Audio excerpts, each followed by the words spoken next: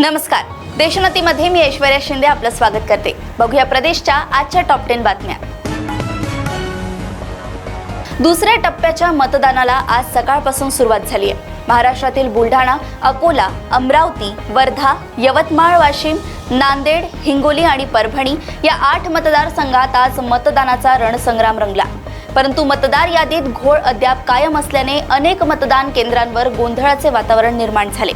तर काही मतदारांना आपले नाव मतदान यादीत आढळून न आल्याने आल्या पावली माघारी जावं लागलंय। मात्र या गोंधळाचा फटका मतदानाच्या टक्केवारीला बसण्याची शक्यताही वर्तवण्यात येत आहे। तर दुसरीकडे वंचितच्या मतदारांची नावे जाणीवपूर्वक मतदार यादीतून गहाळ केल्याचा गंभीर आरोप या मतदारांकडून करण्यात येतोय। जास्तीत जास्त मतदान व्हावं यासाठी शासनाकडून युद्ध पातळीवर प्रयत्न केले जात आहेत। लोक कामातून वेळात वेळ काढून मतदान केंद्रावर दाखल होत असतात, त्यामुळे मतदानाच्या दिवशी वेळ संपेपर्यंत मतदान केंद्र बंद ठेवता येत नाही। पण तरीही यवतमाळमध्ये दुपारच्या जेवणासाठी मतदान केंद्र बंद ठेवण्यात आल्याचा अजब प्रकार घडला आहे। यामुळे आता संबंधित निवडणूक अधिकाऱ्यांवर कारवाई होण्याची शक्यता आहे।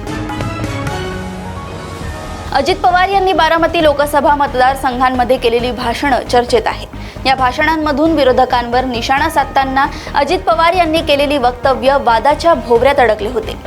विरोधकांकडून देखील प्रचंड टीका करण्यात आली। त्यानंतर आचारसंहितेचा भंग केल्याच्या आरोपातून उपमुख्यमंत्री अजित पवार यांना निवडणूक आयोगाकडून क्लीन चिट देण्यात आली आहे। त्याचबरोबर राज्य निवडणूक आयोगाला देखील त्याची एक प्रत पाठवण्यात आली आहे। महाराष्ट्राच्या मराठवाड्यातील प्रमुख लढत असलेल्या छत्रपती संभाजीनगरमध्ये यंदा शिवसेना विरुद्ध शिवसेना असा सामना रंगला आहे।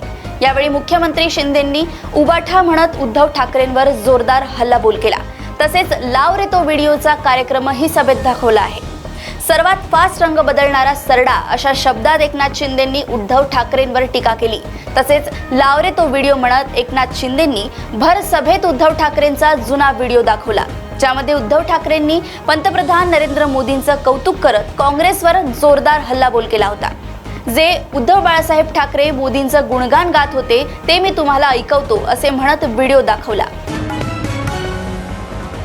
नाशिक लोकसभा मतदारसंघाची निवडणूक 20 मे रोजी होणार आहे। या पार्श्वभूमीवर आजपासून नामनिर्देशन पत्र दाखल करण्याच्या प्रक्रियेस सुरुवात करण्यात आली। आज महायुतीतून छगन भुजबळांचे निकटवर्तीय दिलीप खैरे, शिवसेना ठाकरे गटाचे महानगर प्रमुख विलास शिंदे यांनी देखील उमेदवारी अर्ज घेतलाय। या पाठोपाठ नाशिकचे शिवसेना शिंदे गटाचे खासदार हेमंत गोडसे यांनीही महायुतीत नाशिकच्या जागेचा उमेदवार ठरलेला नसताना उमेदवारी अर्ज घेतलाय। महायुतीचा नाशिकच्या अद्याप निर्णय झाला नसताना गोडसे यांनी उमेदवारी अर्ज घेतल्याने नक्की गोडसेंच्या मनात चाललंय तरी काय असा प्रश्न आता उपस्थित होतो आहे।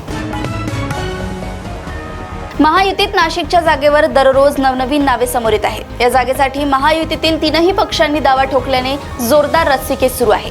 आता शिवसेना शिंदे गटाचे नेते संजय शिरसाट यांनी नाशिक लोकसभेबाबत मोठं वक्तव्य केलंय। संजय शिरसाट म्हणाले की नाशिकची जागा शिवसेनेचीच आहे। त्याची घोषणा आज संध्याकाळी किंवा उद्या सकाळी होणार आहे। आता आज उद्याचा विषय संपलाय। भुजबळांच्या निकटवर्तीयांना अर्ज घेण्याचा अधिकार आहे, मात्र 100% ही जागा शिवसेनेचीच आहे।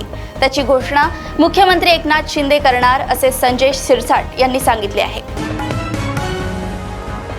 अहमदनगर लोकसभा मतदारसंघात भाजपने पुन्हा एकदा सुजय विखे पाटील यांना उमेदवारी देण्यात आली आहे।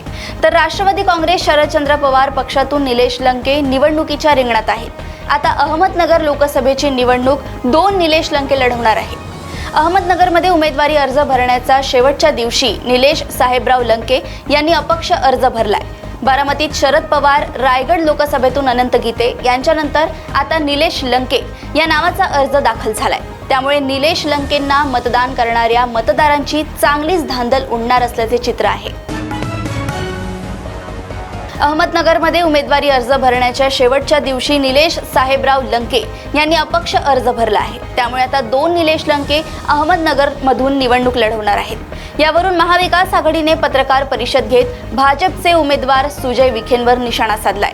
महाविकास आघाडी उमेदवार निलेश ज्ञानदेव लंके यांच्या नावाची साधर्म्य असलेल्या व्यक्तीने अर्ज भरलाय। महायुतीचे उमेदवार सुजय विखेंनीच डमी उमेदवार दिल्याचा आरोप महाविकास आघाडीकडून करण्यात आलाय। डमी राजकारण करण्याची विखेंची परंपरा आहे अशी टीका राष्ट्रवादी शरद पवार गटाचे जिल्हाध्यक्ष राजेंद्र फाळके यांनी केली आहे। राष्ट्रवादी काँग्रेसमध्ये झालेल्या फुटीचा मोठा फटका सोलापूर जिल्ह्यात शरद पवार यांना बसल्यानंतर त्यांनी जिल्ह्यात फेरजुळवणी सुरू केली आहे। एकीकडे ज्येष्ठ नेते विजयसिंग मोहिते पाटील हे पुन्हा पवार यांच्यासोबत गेले असताना दुसरीकडे मोहोळ सारख्या भागात वजनदार नेते राजन पाटील अनगरकर हे राष्ट्रवादी पवार गटात गेल्यामुळे तेथील पोकळी भरून काढण्यासाठी भाजपचे स्थानिक नेते संजय क्षीरसागर यांना जवळ केले आहे। अशी स्थिती माढा, करमाळा आदी भागातही निर्माण होताना दिसून येते आहे।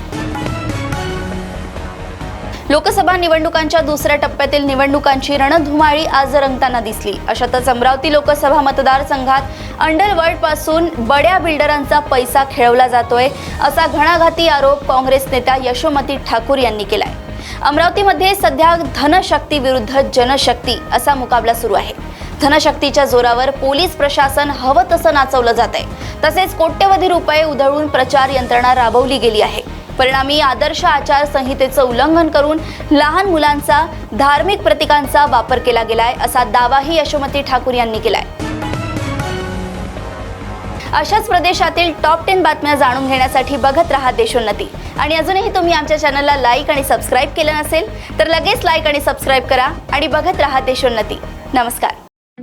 ठळक घडामोडींसाठी देशोन्नती न्यूज चॅनलला सबस्क्राईब करा आणि बेल आयकॉन प्रेस करा।